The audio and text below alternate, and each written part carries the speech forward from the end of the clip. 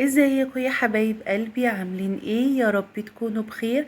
النهاردة ان شاء الله هنعمل طريقة حلوة جدا جدا للرز الاصفر المصري، طريقة بجد مفيش ابسط منها، وطريقة بجد تجنن بتتبيلة حلوة قوي لوراك الفراخ المشوية.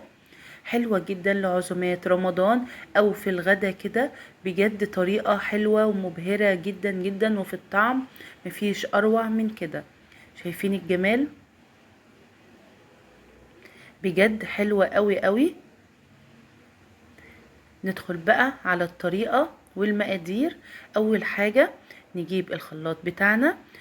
دي هتكون التتبيلة بتاعة الفراخ: بصلاية، طماطماية، فلفلاية خضرة وفلفلاية حمرة، وفصين توم. وانا هكتب لكم كل حاجة في صندوق الوصف ان شاء الله. البهارات: ملح وفلفل وكزبرة وقرفة، والسبع بهارات وبهارات فراخ وبابريكا وشوية كركم صغيرين كده. تمام. ولو عجبك الفيديو ياريت لايك واشتراك في القناة عشان القناة تكبر بيكم بإذن الله يا حبايبي. وشوية كده زيت كده. تمام. ومكعب مرق الدجاج بيدي طعم حلو قوي قوي. كلهم هنخلطهم كويس جدا جدا في الخلاط. ده بقى كيلو وراك فراخ كيلو. قطعتهم كده زي ما انتوا شايفين كده، زي ما انتوا شايفين كده بالظبط، عشان التتبيله تدخل في كل مكان في الوراك. والتتبيله اللي انا عاملاها دي هتبقى كويسه جدا مع الفراخ المشويه، او الصدور، صدور الفراخ المشويه.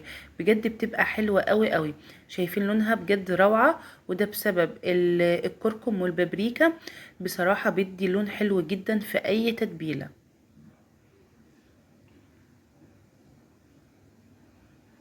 هنتبل بقى الفراخ بتاعتنا كويس جدا جدا تحت الجلد ومن كل مكان.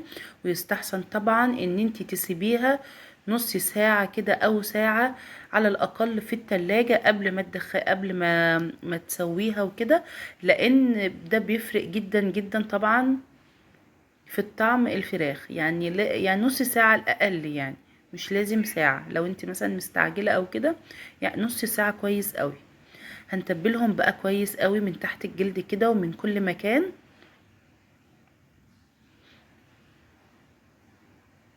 الاكله دي بجد حلوه قوي قوي، وانا بحس ان هي اكله منقذه سريعه، يعني ما انا بصراحه ما خدتش وقت مني خالص وانا بعملها.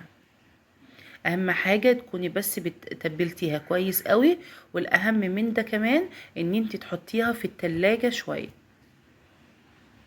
هنتبلهم كلهم بالشكل ده. تمام.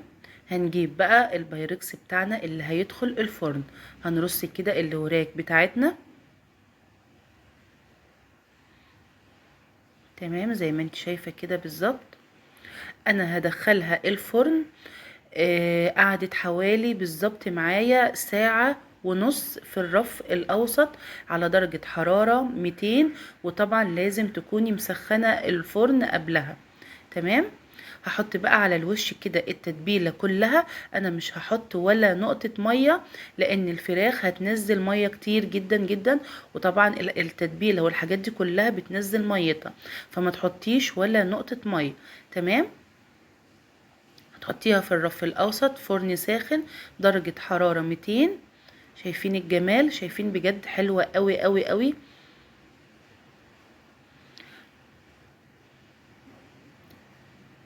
هحط بقى على الوش كده شويه زيت.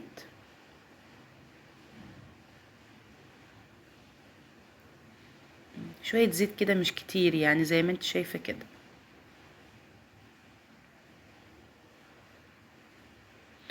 هنغطيها بقى بورق الفويل، وهندخلها الفرن تقعد بقى كده مع نفسها ساعة ونص بالظبط في الرف الأوسط.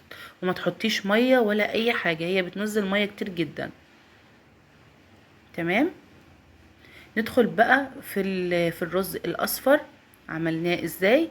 والطريقة دي تنفع جدا في الرز البسمتي، بس أنا بصراحة انا هنا مش بنحب خالص كلنا الرز البسمتي، بفضل بصراحة الرز المصري. فانت لو عايزة تعملي الطريقة دي في الرز البسمتي حلو جدا جدا. دي بصلاية كده مقطعاها في الكبة، بصلاية واحدة بس. تمام. هنشوحها كده تدبل بس شوية كده، مش عايزة لونها ايه يتغير، لا تدبل بس شوية كده.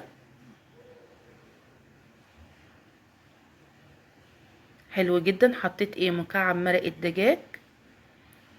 طريقة الرز دي بجد مفيش اسهل منها خالص، يعني اسهل طريقة للرز الاصفر. انا غسله بقى الرز وحطيته كده على على البصله ومكعب مرقه الدجاج.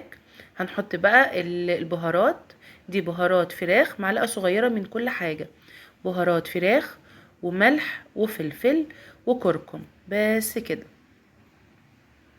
الطريقه دي تبقى حلوه جدا جدا مع الرز البسمتي او الرز المصري اللي يريحك اعمليه. انا حطيت ملح وفلفل وبهارات فراخ وكركم، بس كده. هنقلبهم بقى ايه، هنقلب الرز شوية كده حلوين مع التوابل ومرقة الدجاج والبصلة. تمام. حلو جدا. الريحة بقى مش عايزة اقولك جميلة قوي قوي قوي. الطريقة دي انا بصراحة متبعاها، انا بعملها على طول، ما بعملش الرز الاصفر الا بالطريقة دي. هنحط بقى المية كده مغلية كده من الكتل.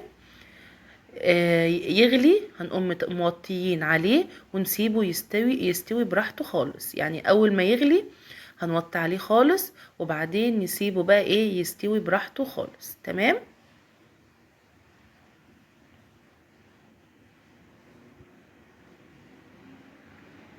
تمام. هيغلي كده شوية وبعدين المية هتنشف من عليه، هنوطي عليه النار وهنسيبه يستوي. وده كان المنظر النهائي. شايفين بقى الجمال؟ انا زينت كده الرز بزبيب كده وفول سوداني. شايفين بقى الجمال حلو ازاي؟ بجد جميلة قوي قوي قوي. حاجة كده يعني مبهرة، وتحس ان هي فخمة كده. شايفين الرز الاصفر؟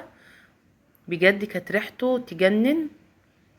حابة تعملي برز بسمتي زي ما قلتلك براحتك جدا جدا، بنفس الطريقة دي هيبقى حلوة قوي. شايفين بقى الفراخ مستوية وجميلة قوي قوي. انا فتحت عليها الشواية في الاخر خالص. الفراخ بعد ما استوت فتحت عليها الشواية، اخدت وش كده زي ما انتوا شايفين. الطريقة دي تعمليها في الفراخ الفرخة اللي هي الكاملة بقى، تبقى حلوة قوي قوي وبتبقى جميلة جدا. وان شاء الله هبقى اعملها لكم في مرة. جربوا الطريقة دي وان شاء الله هتعجبكم. ولو عجبكم الفيديو ياريت لايك واشتراك في القناة، واشوفكم على خير. مع السلامة.